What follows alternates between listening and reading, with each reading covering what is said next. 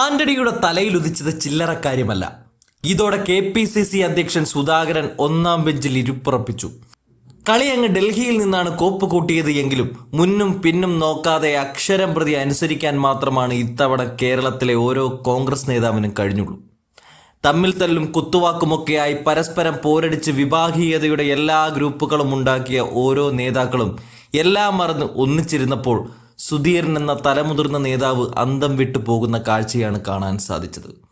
എന്തായാലും ഡൽഹിയിൽ നിന്നും കൊടുത്ത പണി ഏറ്റു എന്ന് തന്നെ പറയാം. അതുകൊണ്ടാണ് KC വേണുഗോപാലിനെ പോലും വേദിയിൽ ഇരുത്തിക്കൊണ്ട് KPCC പ്രസിഡന്റ് സുധാകരൻ പണിയെടുത്തില്ലെങ്കിൽ പണി കിട്ടുമെന്ന് ഉറപ്പിച്ചു പറഞ്ഞത്.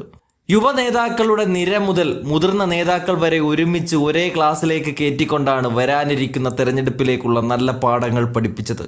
AI ഗ്രൂപ്പുകളോ ഗ്രൂപ്പ് തർക്കങ്ങളോ അല്ല വേണ്ടത്, പകരം AI എന്ന സാങ്കേതിക വിദ്യയെ അറിയലും അത് ഉപയോഗിക്കാൻ പഠിക്കലുമാണ് ഈ കാലത്ത് വേണ്ടത് എന്ന് പറഞ്ഞ് രംഗത്തെത്തിയത് AK ആന്റണി ആയിരുന്നു.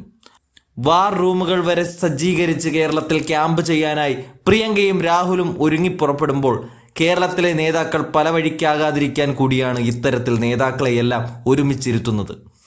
ഡൽഹിയിൽ ആദ്യഘട്ട യോഗം ചേരുന്നതിനു പിന്നാലെ തരൂർ അടച്ച വാ പിന്നീട് ആകെ തുറന്നത് ലോക്സഭാ സമ്മേളനത്തിന് ആശാവർക്കർമാർക്ക് വേണ്ടി മാത്രമാണ്. ഇവിടെ തരൂർ തുറന്ന വായിൽ നിന്ന് പുറത്തു വന്നത് മുഴുവൻ KC വേണുഗോപാൽ ഏറ്റുപിടിച്ച് അതിശക്തമായി പാർലമെന്റിൽ ഉന്നയിച്ചപ്പോൾ യുവനിരയുടെ താരരാജാവായ ഷാഫി പറമ്പിലിനും മിണ്ടാതിരിക്കാനായിരുന്നില്ല. ഇതെല്ലാം കണ്ടുകൊണ്ടു നിന്ന രാഹുലും പ്രിയങ്കയും മനസ്സിൽ ഊറിച്ചിരിച്ചുകൊണ്ട് പണിയേറ്റു എന്ന ഉറപ്പിന്മേൽ ഓരോ നേതാവിനെയും നോക്കി ചിരിക്കുന്നതും നമ്മൾ പാർലമെന്റിനകത്ത് കണ്ടതാണ്.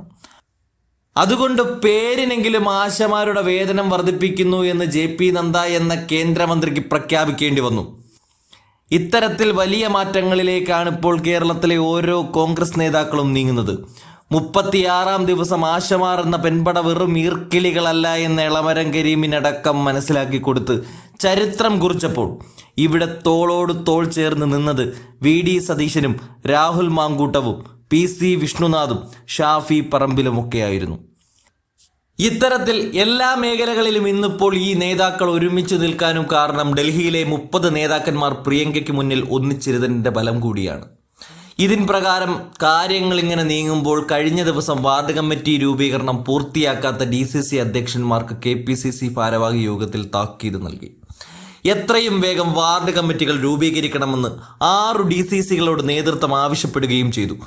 വയനാട്, പാലക്കാട്, തൃശൂർ, കോട്ടയം, ആലപ്പുഴ, ഇടുക്കി ജില്ലാ അധ്യക്ഷന്മാർക്കാണ് പാർട്ടി നിർദ്ദേശം.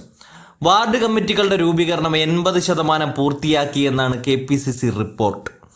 കൂടാതെ വരും ദിവസങ്ങളിൽ വലിയ പരിപാടികൾക്ക് കോൺഗ്രസ് തുടക്കം കുറിക്കുകയും ചെയ്യും. അതായത് കടൽ മണൽ ഖനനത്തിനെതിരെ പ്രതിപക്ഷ നേതാവ് VD സതീശൻ നയിക്കുന്ന UDFന്റെ തീരദേശ യാത്രയ്ക്ക് പിന്നാലെ കോൺഗ്രസ് ഒറ്റയ്ക്ക് യാത്ര നടത്തും. ഏപ്രിലിൽ വാഹനജാഥയായിട്ടാണ് സതീശൻ യാത്ര നടത്തുന്നതെങ്കിൽ മെയ്യിൽ കാൽനടയായാണ് കോൺഗ്രസിന്റെ യാത്ര. KPCC അധ്യക്ഷൻ K സുധാകരൻ ജാഥ ക്യാപ്റ്റനാകുമെങ്കിലും TN Prathapan, Hibi Eden, M Vincent, T Siddique എന്നിവരുടെ കൂട്ടായ നേതൃത്വമാകും ജാഥയെ നയിക്കുക എന്നാണ് വിവരം. പാർട്ടിയുടെ ഉറച്ച കോട്ടയെന്ന് വിലയിരുത്തപ്പെടുന്ന തീരദേശ മേഖലയിലെ ജനങ്ങളുടെ വിശ്വാസം നേടിയെടുത്ത് അവരെ കോൺഗ്രസിനൊപ്പം ചേർത്തു നിർത്തുകയാണ് ഇപ്പോൾ കോൺഗ്രസിന്റെ ഏറ്റവും വലിയ ലക്ഷ്യം.